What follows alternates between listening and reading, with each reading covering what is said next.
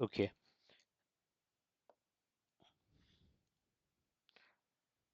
Okay. In this series of videos, I'm going to cover AI agents in depth. Um, AI agents in depth. To drive this particular um, a deep course, as you have seen in most of the cases that I'd go, I will be doing most of the whiteboarding, which means it will be in depth, but I will be covering the things in slow pace, relatively slow pace. If you want to increase the speed while watching, you can do that to 1.5x. Um, the next thing is I will try to make the things more and more easier and easier to follow, as you must have seen into my older videos.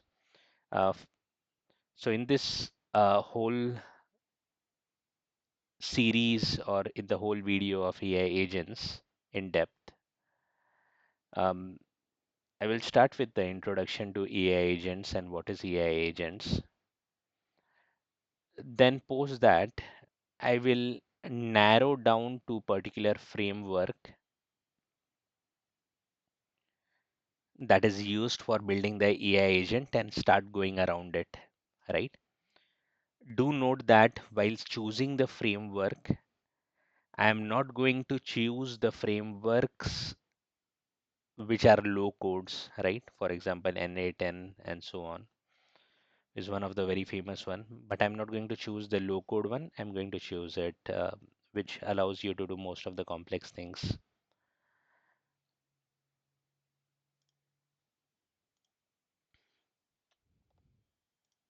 Okay. So within the AI agents, let's start with an introduction in this, right? So in the first video for introduction to AI agents,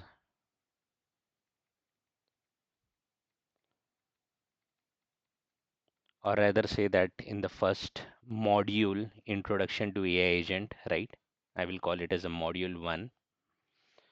In the first module, module one, introduction to AI agents, we are going to study basically following things. What are AI agents and what are models, right? LLM models, how they are different and what is the difference between them. One of the things that has become more and more famous now is called as a tools. What are tools? Um, some overview on how do we fine tune the performance, or rather than calling a fine tune, you can call it as enhance the performance of an AI agent.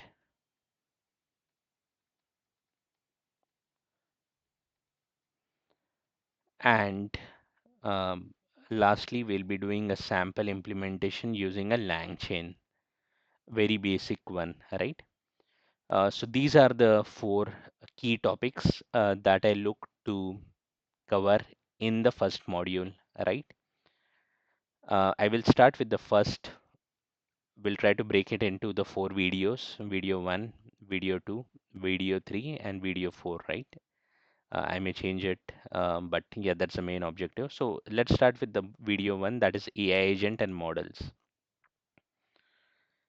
So module one, um, video one, AI agents and models. So speaking about AI agent and models, let's just assume what is models first and then go to what is AI agent. When I teach, I basically assume that you have a very minimalistic knowledge, or I assume that you have a knowledge from one of my previous courses. For this, I'm just assuming you have minimalistic or very low knowledge about any LLM stuff. So models are basically,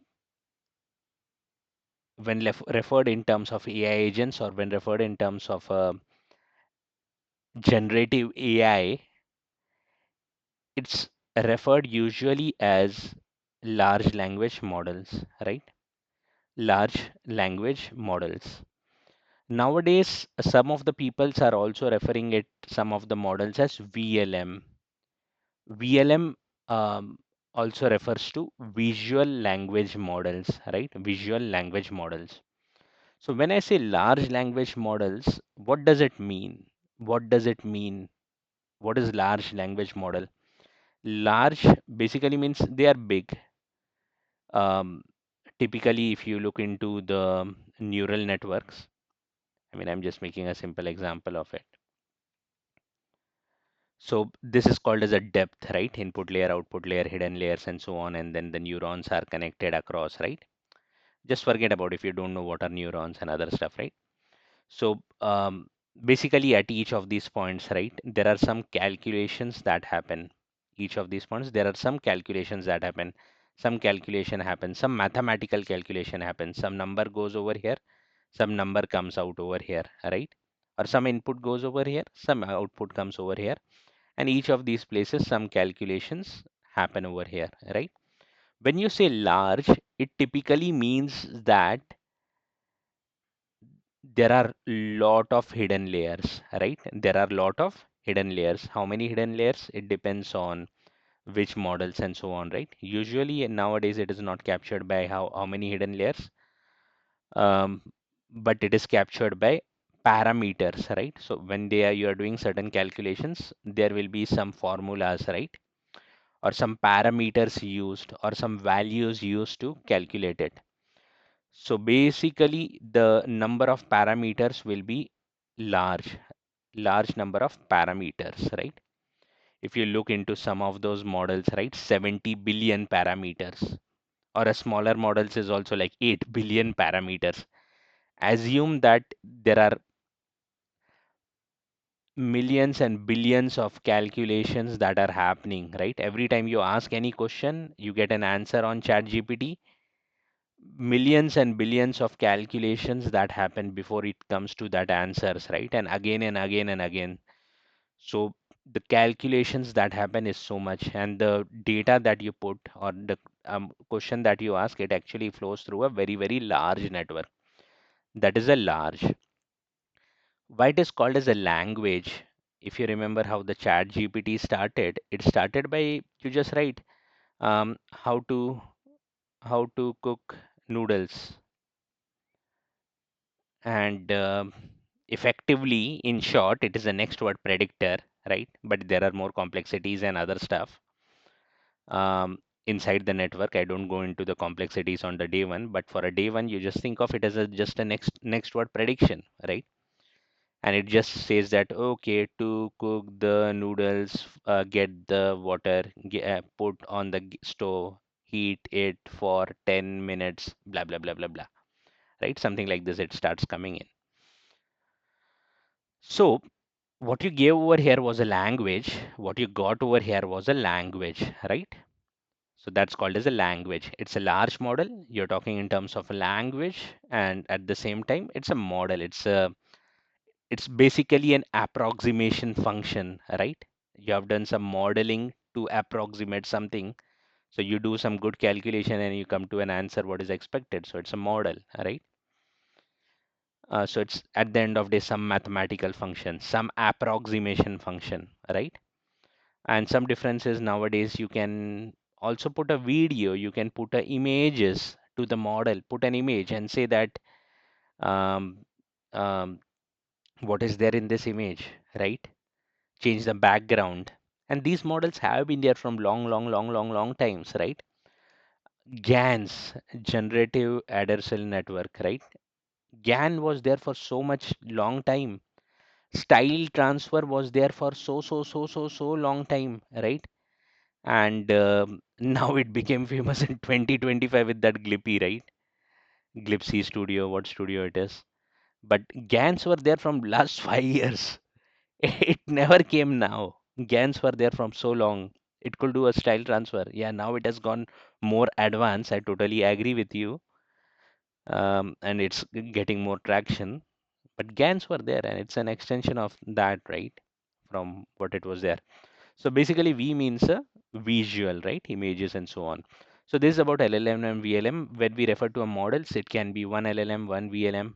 Some of the examples of the LLMs are GPT 2.5, GPT 3, which is coming from OpenAI, GPT 4, then they went to GPT 4.5, then they went to GPT 4.0, then they went to GPT 4.1. They also have another model range O1, O3. They missed the O2 because they did not want the problem with some telecom company which was having an O2 name, right? Then from O3, I think so they came with O3 mini first, then they came with O3, then they came with O4 mini. I think so when I'm recording the video in 2025 April, I think so they have reached till here. Um, Anyways, I will also separately record sometime some more videos on LLMs as well, how the LLMs are advancing. Um, Taking one of the open source LLM to talk in depth about their architecture. So this is about the models, right? These are the models, and this is how you used to use how to cook a noodles, and it used to give you an answer to cook a noodles. Get the water, put on the stove, put the noodles, and so on and so forth. Now the next question comes is, okay, I know what is an LLM, but what is AI agent? What is an AI agent? What it becomes an AI agent? I typically use the two definitions of AI agents. One is a non-technical, which I always like to use while talking with the more people. And there is one more definition of it that is a technical definition that I usually avoid using most of the time because I have been interacting with the business folks or uh, for people to understand. But what is a non-technical definition of an AI agent? So what is a non-technical definition of AI agent? And then I will go to a technical definition of AI agent. So a non-technical definition of AI agent, I consider it this way. As a human, let's take an example of a human, right? Let's say who is working in the um, um, certain bank, let's say for example, right? Or let's say in a bank, right? In a day, let's say this human is doing is in the loans department, right? He's in the loans department. He need to do certain things. If he is working in a bank in a loans department, he needs to do few things. One of the thing he can be issue the loan. He need to issue the loan. The other thing it can be he need to follow up with the people who are having a pending dues, right? The other thing it can be he may need to report out um, how the things are processing, right? I mean, what is a how is the department doing and so on, right? So let's take these are the three things he do in a bank, right? Usually any human will do 5 to 10 this kind of a things, right? And this kind of a things are called as SOPs. SOPs, right? These kind of things are called as SOP, standard operating procedures. So this human is doing one of the SOP, which is the issuing of the loan, right? He does a issuing of the loan.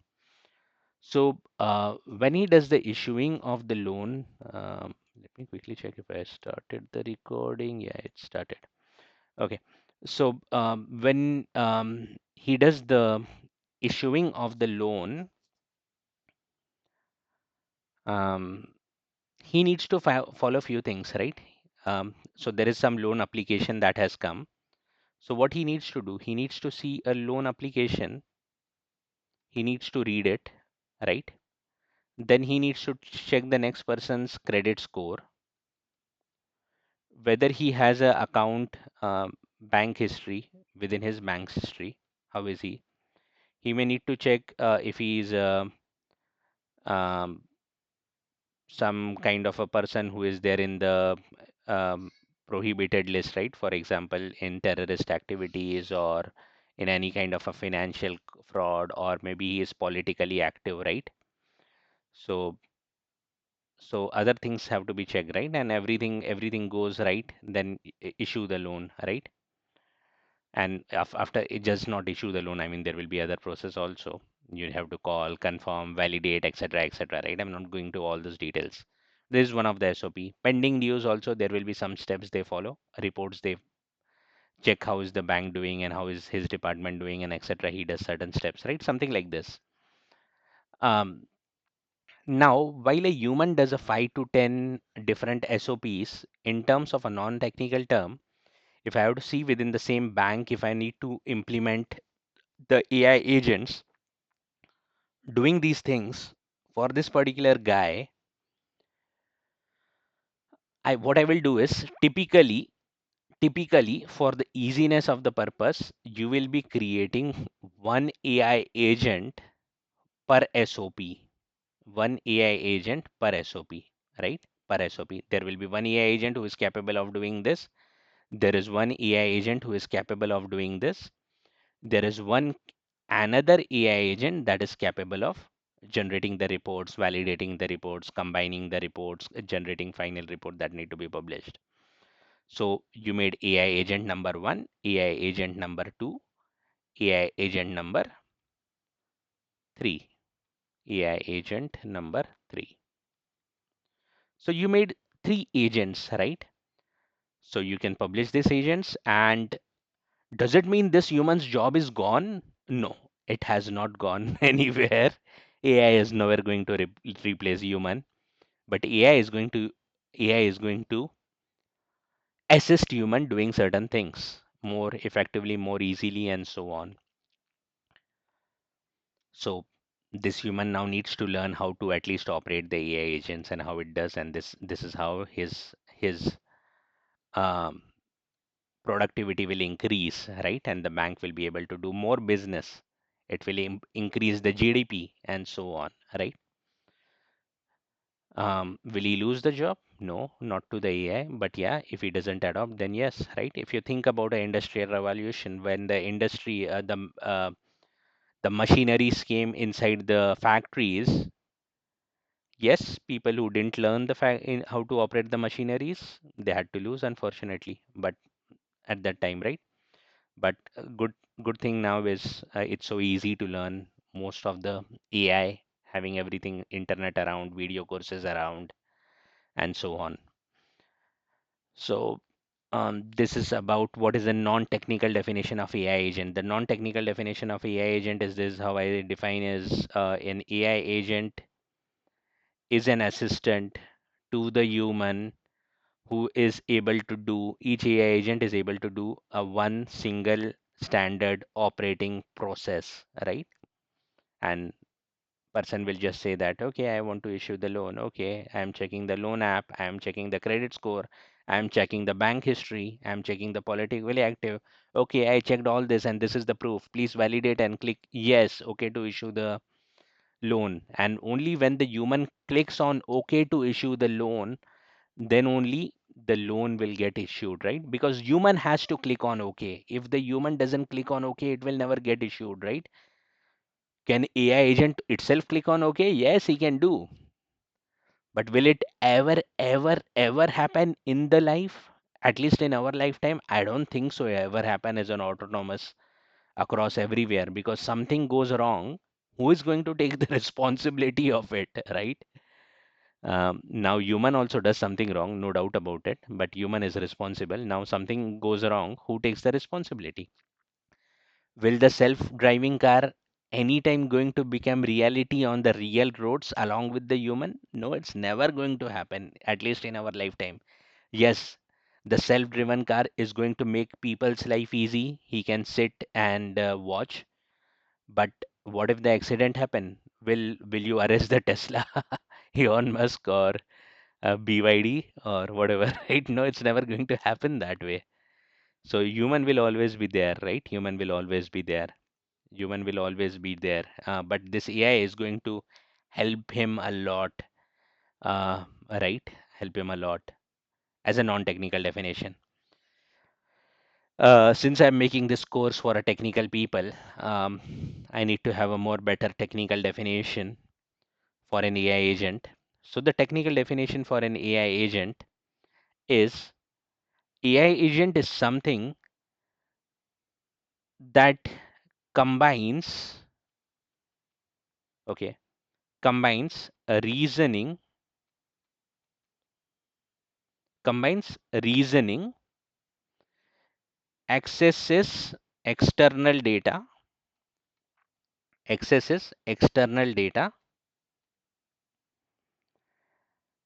and is connected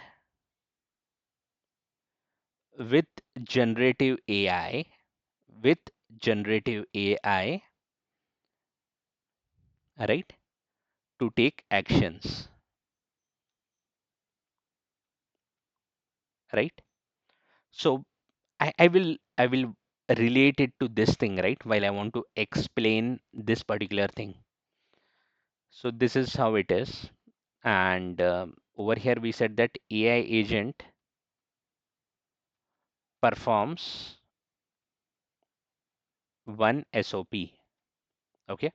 But at the same time, what I can also say is there will be a master agent, right? A master agent that can be a combination of all this agent who can invoke each of the agents. So you can ask this agent to do whatever, and then it selects the right particular agent and does that.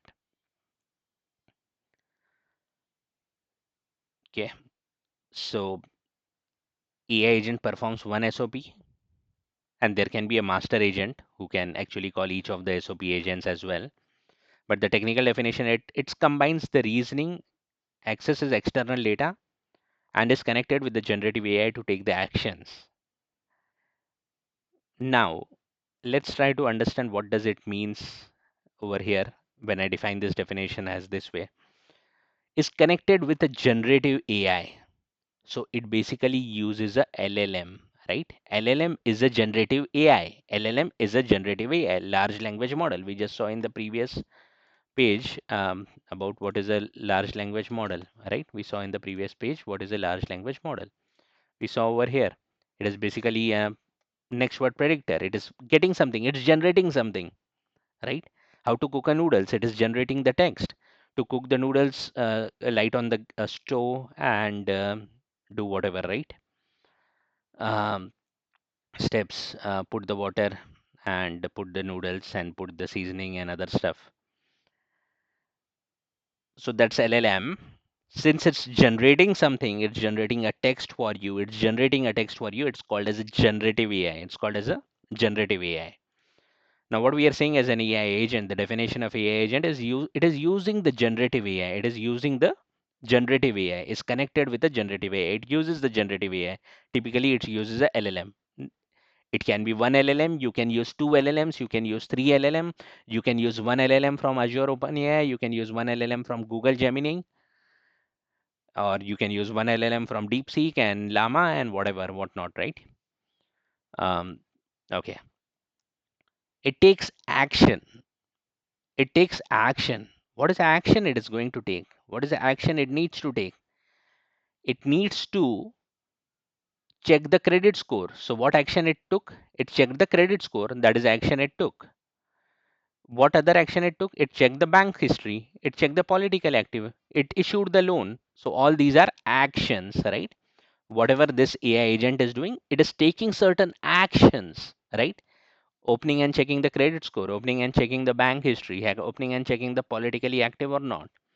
It's checking whether to issue the loan or not, right? So it's taking an action. Okay, it's taking an action. Let's connect the more dots. It is accessing the external data. It is accessing the external data. It is accessing the external data. Okay, it has to access the bank history for that person. It has to access whether he is a politically active or not, that kind of a database. There are a lot of third-party service providers for that. It has to check the credit scores, usually provided by the central banks or central agencies, which maintain the credit score of the people on the basis of the inputs received from the banks. So it is connecting to this external data because LLMs don't have an access to your data, right? So it has to connect to external data. It is connecting to external data. And while taking these steps, I mean, certain cases, we may not have to check the credit score if the bank history is already present, or we may have to take certain decisions whether to do this or not, right, on the basis of the previous steps. Or this flowchart is very, very simple, right? In reality, it will be more complex, right? So what to do next, if to do next or not, if the next step is applicable or not, all those things. How do I get the credit score? Which tool to call for credit score? Which tool to call for bank history? All these things comes from reasoning.